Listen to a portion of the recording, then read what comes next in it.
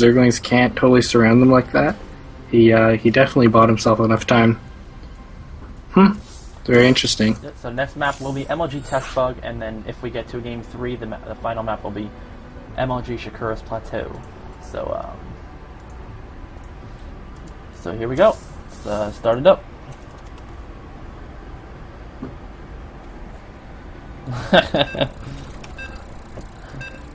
So yeah, I mean, Zonaga Caverns is one of those maps that it's like you really don't know what is going to go on. Just because there's just so many different things you can do.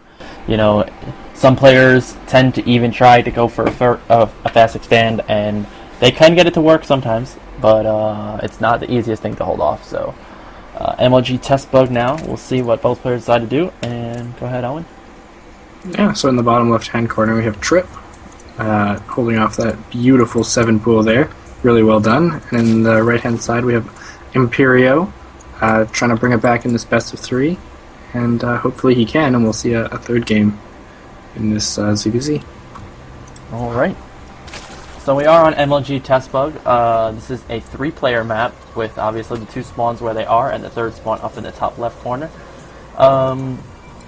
Pretty easy to hold, pretty easy to defend. Natural expansion as a nice little choke there, but the difficulty comes in when you try to take your 3rd, 4th, or 5th bases, just because they are so wide open, each of them having multiple, well actually this one doesn't have multiple entrances, but it is so close to your opponent's base if they do spawn over here. So it's a fun map, and it's one of the only maps that has rich Vespine geysers. For the gold expansion, has 6 gold minerals and 2 rich Vespine geysers, which I believe give you 6 Vespine per trip. I think that's right. And it actually has 2 of them. So if you can secure this gold base, but it is very difficult to secure considering it's right in the middle of the map, easily viewable by the Zelnaga Tower, and it's just, there's no chokes whatsoever. So, yeah, so we'll see. We do have, there are 4 Zelnaga towers in this map. One of them is open in the middle of the base, in the middle of the map, and the other 3 are in front of your opponent's base and covered by a 1500 damage destructible debris.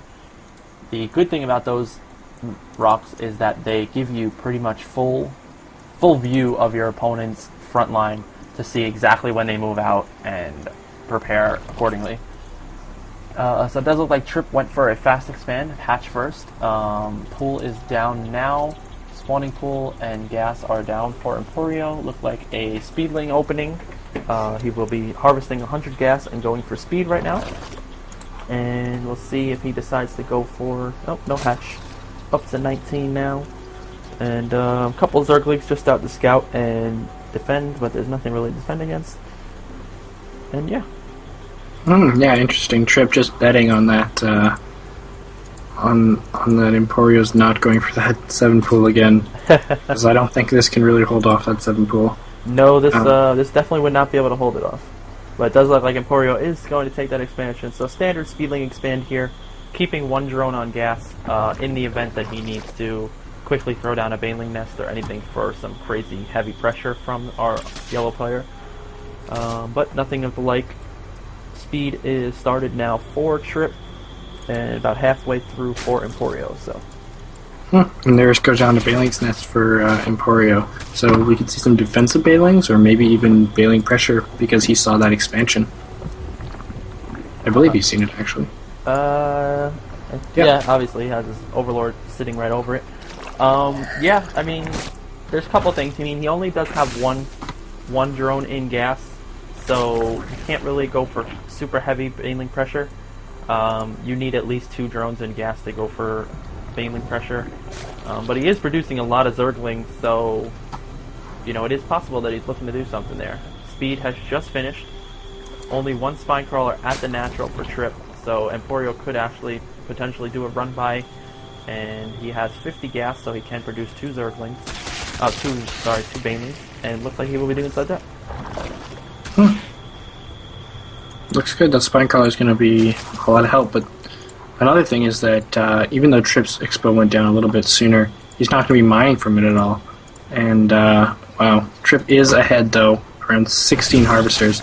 So this needs to do a lot of damage right here. Yeah, I mean, those Banelings are coming out, and almost able to take out, and he does able to pull two drones, two Banelings, two Zerglings to take out that one Baneling. Does kill out his couple of drones at the natural, but Tripp does have enough Zerglings to be able to push this attack back. There is one Baneling being morphed in, but quickly going to be cleaned up by Tripp. Good hold there. Harvester lead is in a favor of Emporio now, 19 to 16. Tripp with only 16 harvesters now. How many did you? Well, you can see here. He was up to around 20, 23 or something. Yeah, so he killed 4 workers. And another engagement here in the middle of the map. But right now, Tripp just has a lot more Zerglings, and Emporio is going to have to pull back. Yeah, but I really like this because now Emporio is ahead, and he can play defensive with those Banelings. And unless Tripp gets some sort of roach or just a ridiculous amount of speedlings, those Banelings are still incredibly scary. Oh, and maybe going in is the wrong choice, but... Oh, and he actually was able to peel enough to get those Banelings to explode on only 1 or 2 Zerglings apiece. And this number of Zerglings from Tripp is just overwhelming compared to the ones of Emporio. And it looks like these Zerglings are going to run to the base of Emporio. And he does have 20 more Zerglings on the way, but it may be too late. He may lose his queen before those Zerglings pop, and actually able to catch the units as they pop out of the egg, catching his army split up, and Emporio is going to be able to barely clean that up, but more Zerglings are streaming in. Nope, yes, they are streaming in, and Emporio is in a little bit of trouble here. He's ahead by 3.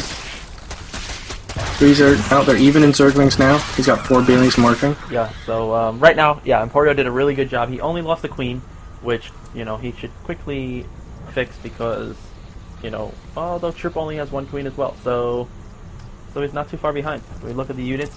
We got 19 to 16 drones, 28 to 20 Zerglings, 4 Banelings, and 1 Queen Pete's. So, but the Roach Warren is going down for Emporio. Another Spine Crawler, and just droning up here for Tripp.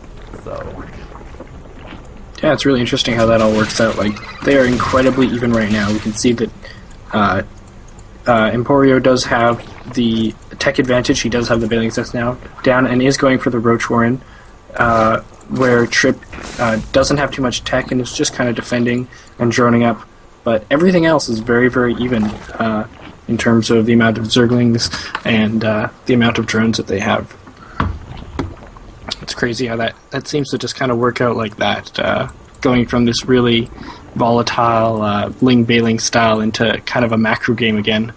Yeah, it does look like Tripp is actually going to move across the field with his Zerglings, about 25 Zerglings there going across. Going to catch a couple, actually just decides to run past them, but there are a lot of Banelings here. You have to be careful, able to pull back before those Banelings can get there. And he's just going to keep microing away with these Banelings, and able to defend that attack, pushing away. Yeah, I think the Banelings picking away at this Overlord here. Probably going to be able to snipe it if he can keep the sight, and it will. They go down, and actually it does supply block Tripp pretty hard, but not before he can produce 22 Zerglings, and now producing 2 more Overlords. Right now, Tripp looks like he does want to prepare to push, and push pretty hard. Yeah, and the roaches are coming out here for Emporio, so this could be like a transition period. He might get caught in, but I think he's looking pretty solid. I mean, I said it before, I think the Banelings are a great choice. It kind of does make that Ling-Bailing style pretty scary, a little bit of micro wars there, but I think if you get into this position with Ling-Bailing on your side, then you have the defensive Bailings, where even if, you know, Tripp does make 801 Zerglings, like, he'll be alright. Hey, what's up? Defending. Go ahead. What's that? There we are. Peanut muting his Skype. So we can see, you know, yeah, just moving into Roach, and Tripp just massing those Zerglings, getting +1. He probably won't push until that happens. And in the production, we can see he's also making 1 Roach at the moment, but probably more coming in. And they're, once again, you know, pretty even, both around 40 drones, and it's going to be cool when they fight for sure. We can see that Emporio's really ahead in the amount of roaches he has, but Tripp has almost twice as many Zerglings as Emporio does. So even though the roaches are a much better unit, oh, and here he goes, just sacking the Overlord in there, trying to see what kind of deck he has. He's not gonna. He might just see the Roach Warren. Nope, he does not see the Roach Warren. But he can assume that he's moving into roaches by now. It's been quite a while since they last fought. And Emporio just grabbing more gas, and they're just once again sitting on their bases. And I feel like it's just very interesting to watch ZVZ like this, like just watch this very macro style where both players kind of sit in their base and kind of choose a unit comp and then kind of clash against each other. It was really cool to see the Infestors last game, and now we can see both players are waiting for those kind of mutas to come. That's kind of the scary tech choice in this matchup, where that's the one thing that can really push you back is having a handful of mutas sitting at their base, and once you get there, you realize that you have units that can fly, and you're pretty screwed. But you can just see both players just kind of coming onto the middle of the map here, and Emporio deciding, maybe I don't have enough Zerglings to take this on, and there goes the Banelings. They're going to hit the roaches. They're just going to get away, and if they get good, wow, that was really, really good for the Banelings. Two of them went into the roaches, but I think that's going to give the advantage to Emporio here. We can see, Emporio just loses all those units. And then there's all the roaches coming on top, so they both just lost all their Zerglings, but their roaches are still ahead, and I think he has enough to hold this up with these flank crawlers, but with the Lynx streaming in after it, I don't know how well that's going to go. And he's got the Spire up already. Sorry about that. No problem. We had a small fight, small engagement, but people are pretty even. I was still watching, I just wasn't talking. Sounds good.